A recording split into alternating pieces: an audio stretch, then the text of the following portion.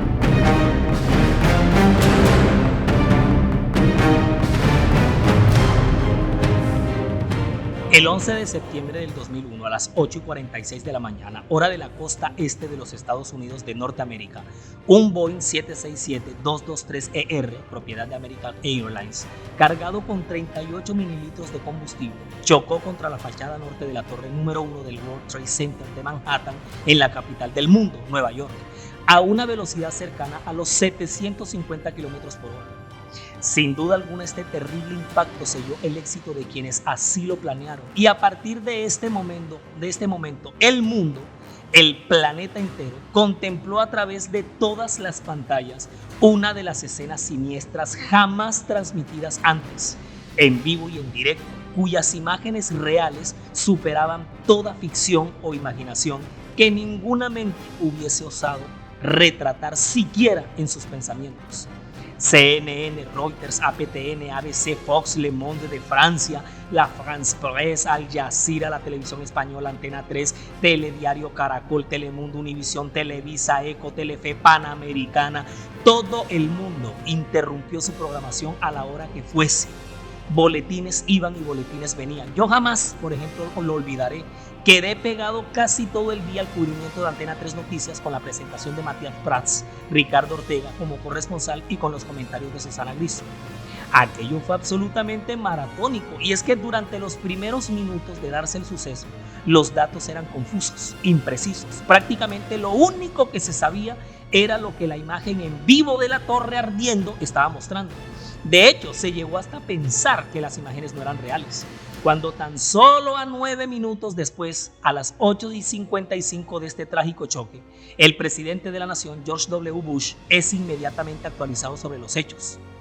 Pasaron otros minutos y a las 9:03 los ojos de todos los seres humanos que apenas medio salíamos del asombro en medio de la confusión de los acontecimientos, porque había una cantidad de gente que ni sabía que esos edificios existían.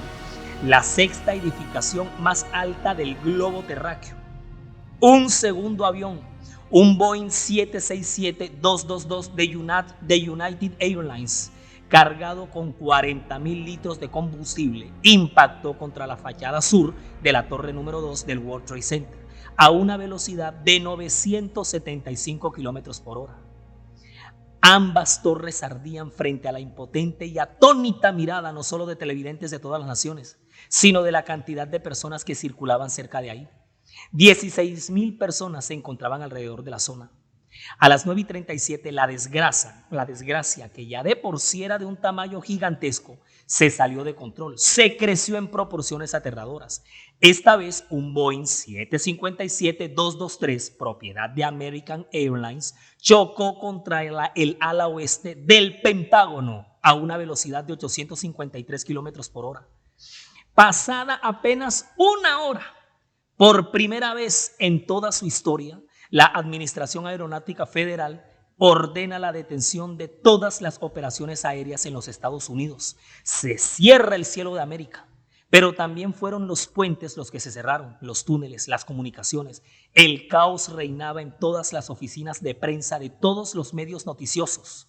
Una nueva modalidad de transmitir noticia al mundo entero bajo un temible ataque terrorista de dimensiones orbitales estaban haciendo ese día.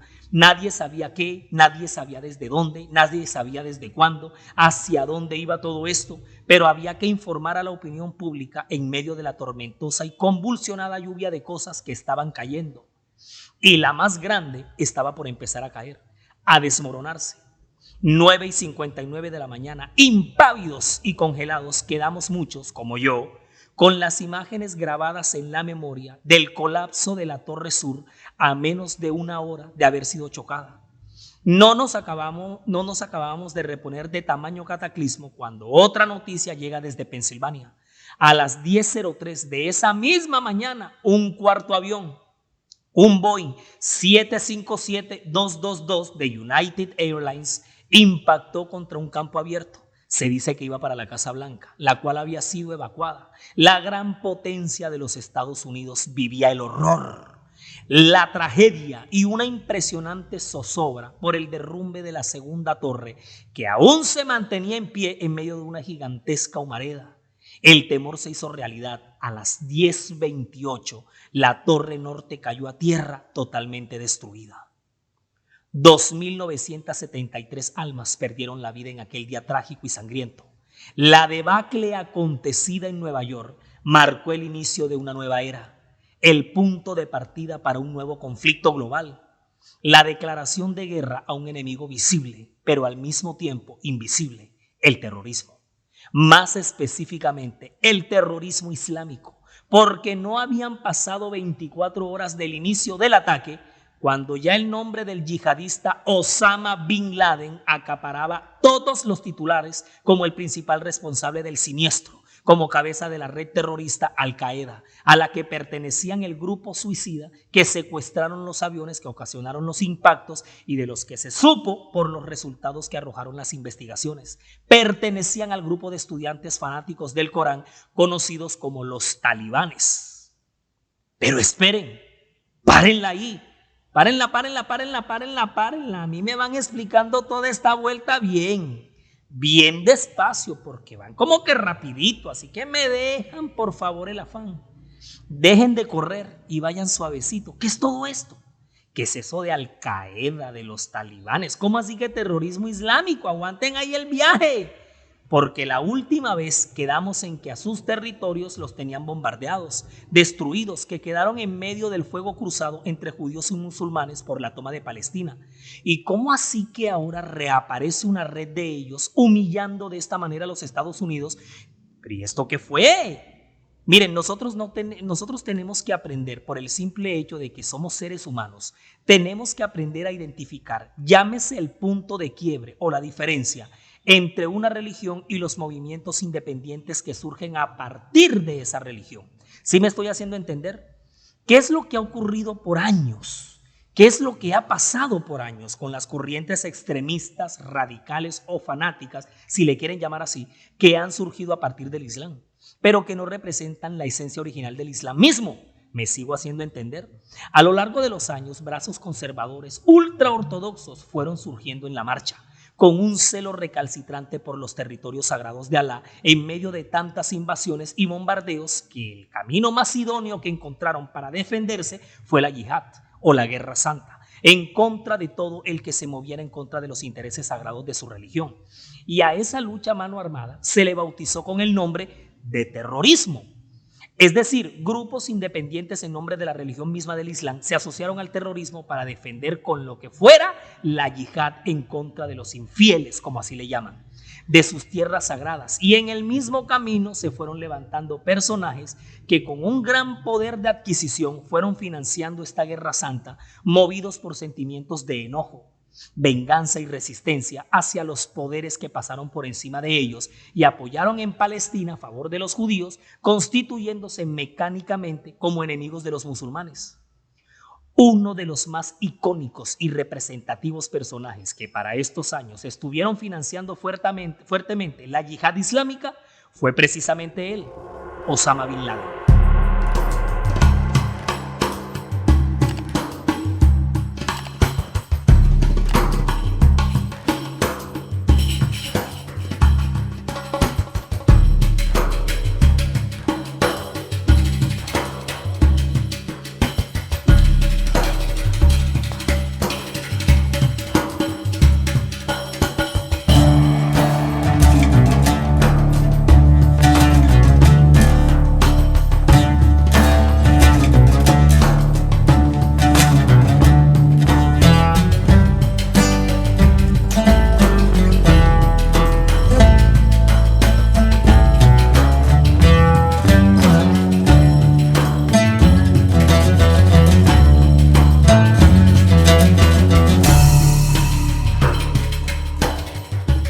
Todo nuestro contenido está disponible para reproducir y descargar desde nuestras cuentas, canales y perfiles, desde las redes sociales, sitio web y plataformas. Usted nos encuentra en todos lados como La Historia Profética del Mundo, en Spotify, Google Podcast, Facebook, Instagram y TikTok. En YouTube siga nuestro canal, dele me gusta a los videos y active la campanita de notificaciones para que le llegue de inmediato cualquier contenido que se vaya compartiendo. Nuestra página oficial en internet es www.lahistoriaprofeticadelmundo.com. www.lahistoriaprofeticadelmundo.com. No olviden entrar a nuestra web. Siempre publicamos novedades, siempre. El 26 de diciembre de 1979 ocurrió algo inesperado que conmocionó al mundo islámico.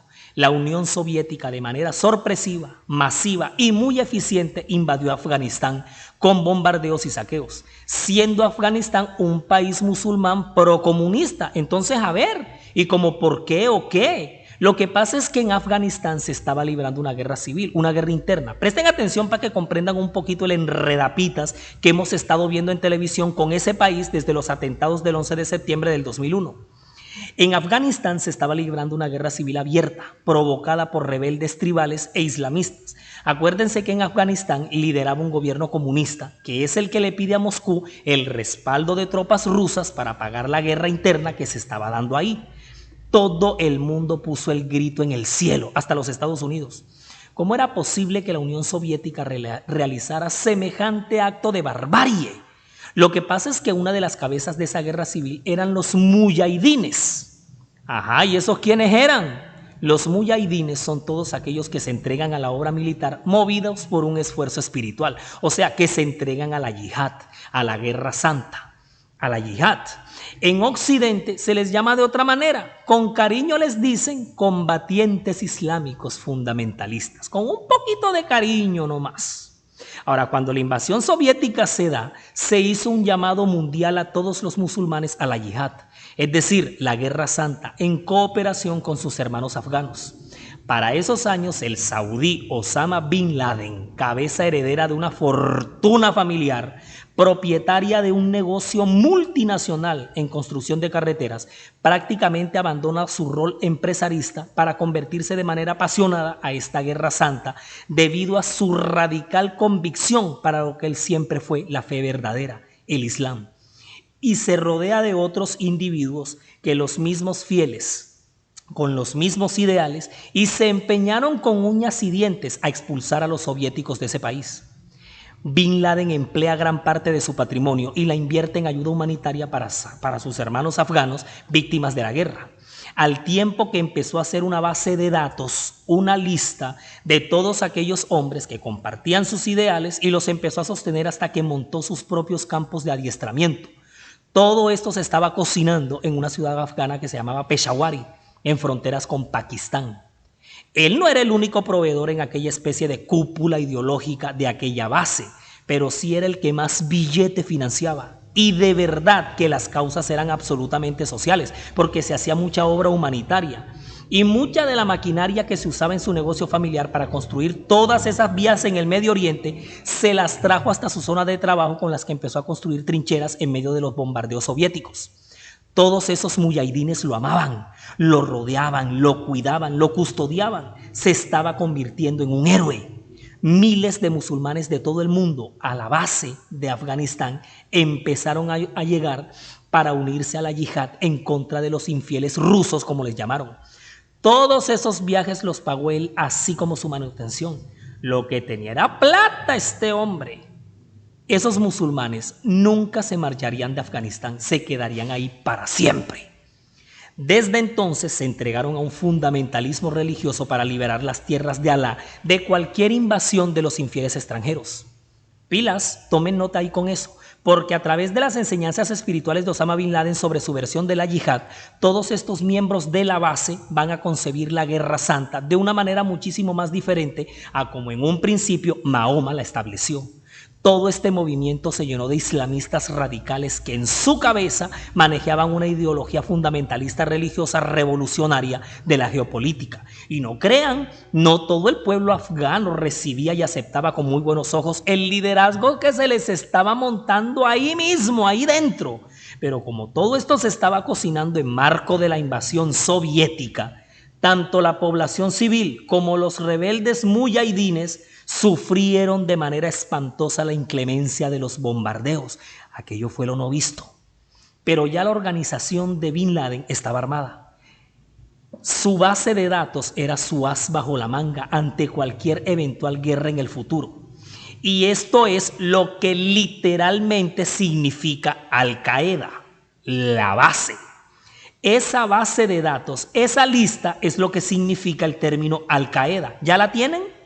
La guerra de Afganistán contra los soviéticos dura 10 años hasta que finalmente en 1989, prívense, los rusos se retiraron. Los muyahidines los expulsaron de su tierra, los sacaron. Para la opinión internacional era verdaderamente humillante que unos guerreros de pueblo, de barba y de monte les hubieran ganado la guerra a las tropas sofisticadas de una de las dos mega superpotencias del globo terráqueo en la Guerra Fría del siglo XX.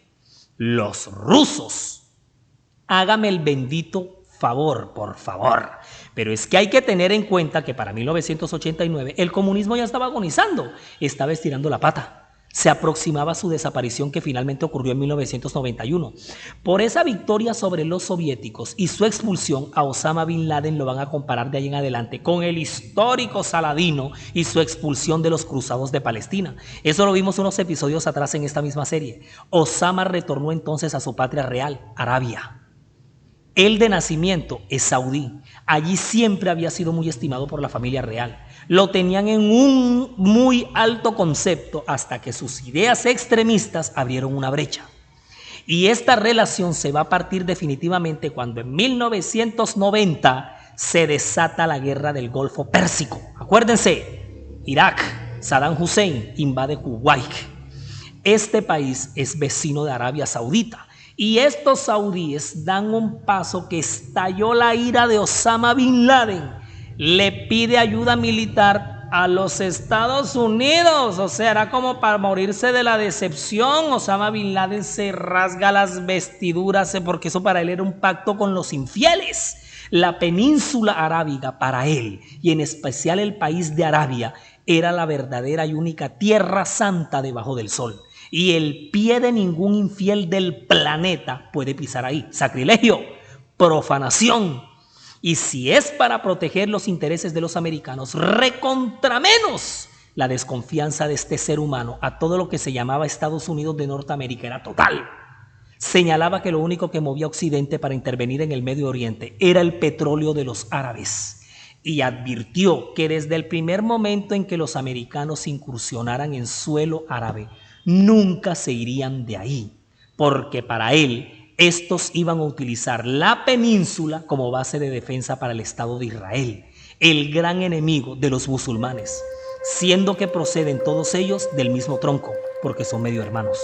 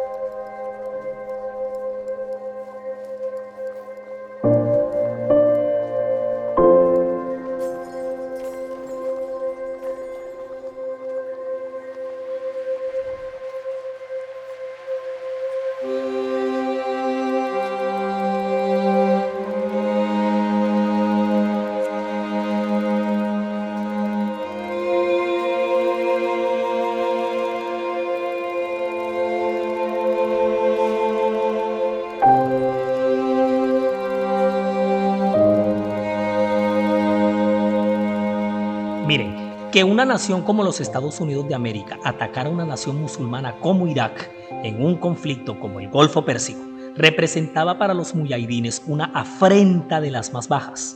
Y es en este punto cuando Osama Bin Laden y su organización religiosa radical se proclama como enemigo de Occidente y una de las voces más potentes y radicales de todo el Islam moderno. Se radica en Sudán, un país en el que recientemente había triunfado una revolución islámica. Se rodea de los ideólogos intelectuales con quienes diseña su agenda política al tiempo que inicia una etapa de reclutamiento de una gran cantidad de jóvenes musulmanes de todas partes, creciendo así una amplia red de seguidores y admiradores. Los primeros en ser convocados, los militantes de la base, Al-Qaeda, quienes ya venían de tiempo atrás adoctrinados con su idea de la yihad global. Su principal objetivo, derrocar cualquier tipo de gobierno o régimen político secular, es decir, no islámico, que estuviera imperando en cualquier país árabe. Y esto lo alcanzaría por medio de la lucha armada de sus grupos previamente entrenados. En resumen, que un sistema de gobierno islamista unificado rigiera en toda la Liga Árabe, al igual que un modelo económico unificado, obviamente donde se practicara el fundamentalismo religioso.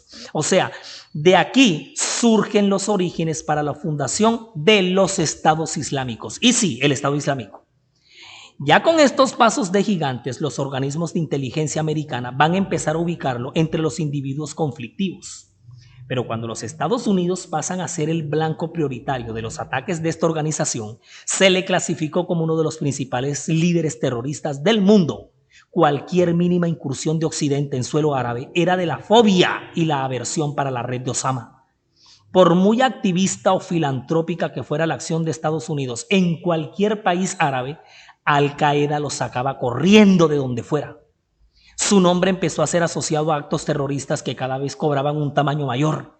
La masacre de los soldados americanos en Mogadiscio, capital de Somalia. Las bombas en diferentes embajadas americanas en los países árabes de África, como Kenia y Tanzania. O el acontecido en las Torres Gemelas de Nueva York en febrero de 1993. Osama Bin Laden y su base estaban dispuestos a demostrar la invencibilidad de esta nación y someterlos al temor y a la expectación ante el coraje, la resistencia y sobre todo al respeto que debían inspirar como Frente Islámico. No quería a los americanos en la península arábiga, los desafiaba, los retaba y sin ningún reparo ni miedo. Pero cuando él volvió a Afganistán porque Sudán lo deporta, presionado por los saudíes y los Estados Unidos, al instalarse de nuevo en Afganistán, es cuando entra en contacto con el grupo fundamentalista de los estudiantes fanáticos del Corán, los talibanes, y los invita a tomarse el control de ese país, donde como aliados estratégicos se apoderaran de Afganistán como una base desde donde pudieran dirigir una guerra santa global. También se unieron en ese ideal los veteranos de la guerra del 80 en contra de los soviéticos. Bueno, presta mucha, pero muchísima atención al siguiente detalle. Cuando esa guerra contra la Unión Soviética se dio en Afganistán en los años 80, alrededor de 6 millones de mujeres y niños huyeron al extranjero. Huyeron a Irán y a Pakistán, mientras que los hombres se quedaron en el país para luchar. Bueno, todos esos niños refugiados fuera de su país fueron adoctrinados por clérigos pakistaníes, convirtiéndose años más arriba en los talibanes. 10 años después regresarían a su casa con el único objetivo de transformar a su país en un Estado Islámico. Mientras estuvieron en condición de refugiados en tierra ajena, la pasaron bastante mal. Para empezar, crecieron sin su figura paterna y no conocían más que la pobreza extrema. Toda esa generación de niños afganos crecieron en precarias condiciones en esos campamentos de refugiados y de ahí pasaron a las famosas madrasas pakistaníes, unas escuelas religiosas de educación gratis donde fueron todos ellos a formarse a manos de clérigos pertenecientes a partidos islamistas de Pakistán relacionados con el Estado Islámico. ¿Saben cuántas madrasas se dedicaron a eso por todos estos tiempos? Más de 2.000. ¿Se imaginan cuántos niños afganos pasaron por ahí? Además de eso, vivían totalmente aislados de la vida común, hasta de las noticias.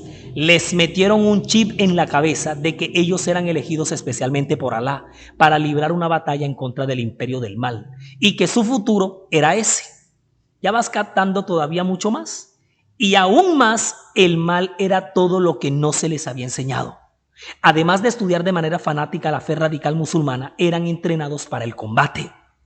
Estos estudiantes, con la misma palabra árabe que así se traduce, se convirtieron en los talibanes. Uno de los líderes de los talibanes más conocidos por aquellos años en la ciudad afgana de Kandahar fue el Mulá Omar.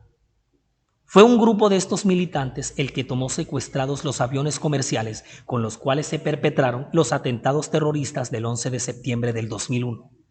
Desde esa fecha, la mirada de todos los seres humanos hacia el Islam, de manera totalitaria y general, ha sido de miedo, prevención y prejuicio. Y lo que debemos de tener en cuenta es que es una religión que hoy por hoy está propagada por miles de kilómetros cuadrados y en muchos de sus territorios ni siquiera se menciona el nombre del Salvador Jesús. Estamos ya en los últimos capítulos de esta serie. La próxima vamos a ver cómo, a pesar de todo, en medio de toda esta vasta zona golpeada por tantos conflictos geopolíticos y condicionada por la marca del radicalismo religioso, el mensaje de salvación avanza en el cumplimiento de la misión evangelizadora que Cristo le encomendó a su iglesia. Resumimos y nos fuimos.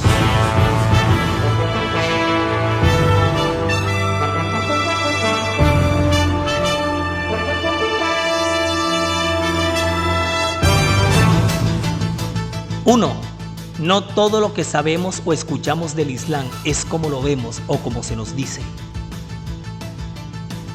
2. Muchas corrientes radicales se desprendieron del Islam para asociarse a ideales muy lejanos de la esencia de esta religión. 3. Se encontró el conflicto con la religión y el resultado fue un fenómeno como el suscitado en las montañas de Afganistán. 4. Osama Bin Laden, a la cabeza de su organización, declaró como enemigos a los Estados Unidos como invasores infieles.